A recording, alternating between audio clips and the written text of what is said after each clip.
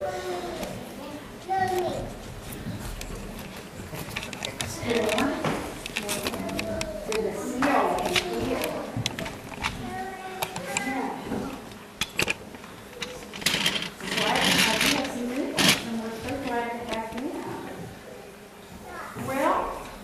morning our pastor is not here, so I'm just sitting in for her. But as a teacher, I am a teacher. So what is the first thing usually that your teacher does when she comes in or he comes into the classroom? Welcomes you, right? What else? You say what? And you unpack your backpack, right?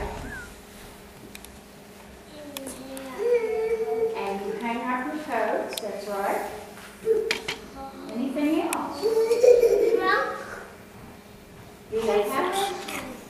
Put your folder. And you put your folders away, yeah. Well, do you ever?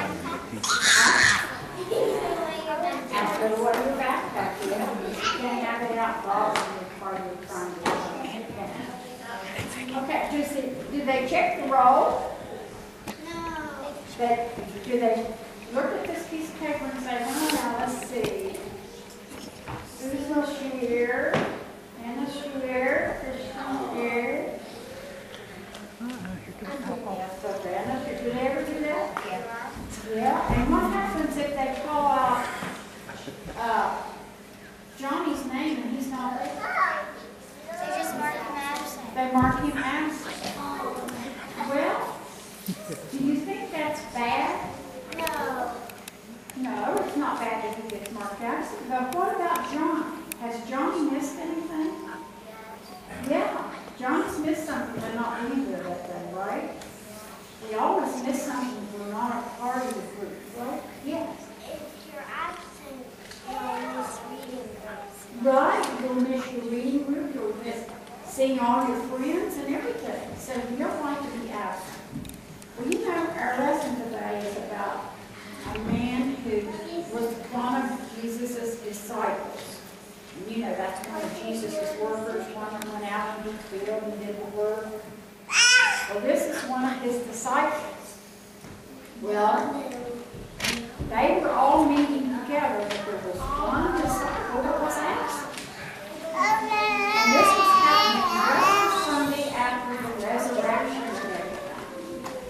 So, this disciple was absent, and the other disciples, when they left the meeting, they saw him, and they told him about meeting Jesus, and Jesus had come and stood in their midst, and that he was there all the time.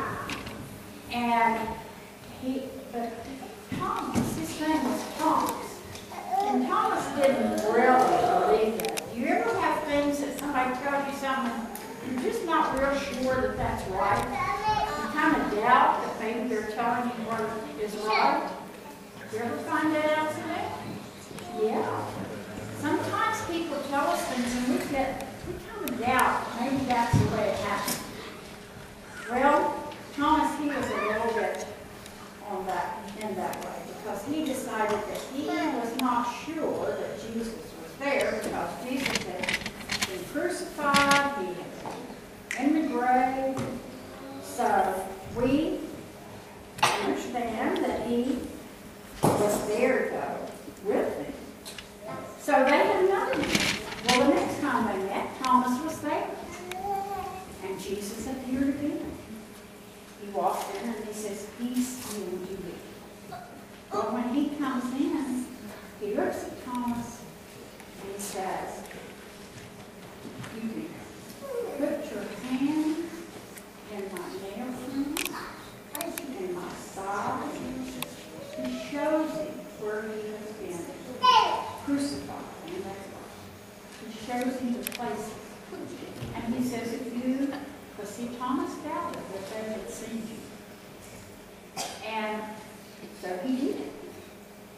Some say he did, and some say he didn't. But nevertheless, he knew that it was Jesus, and he did fall on his knees and say, you are my Lord, my God.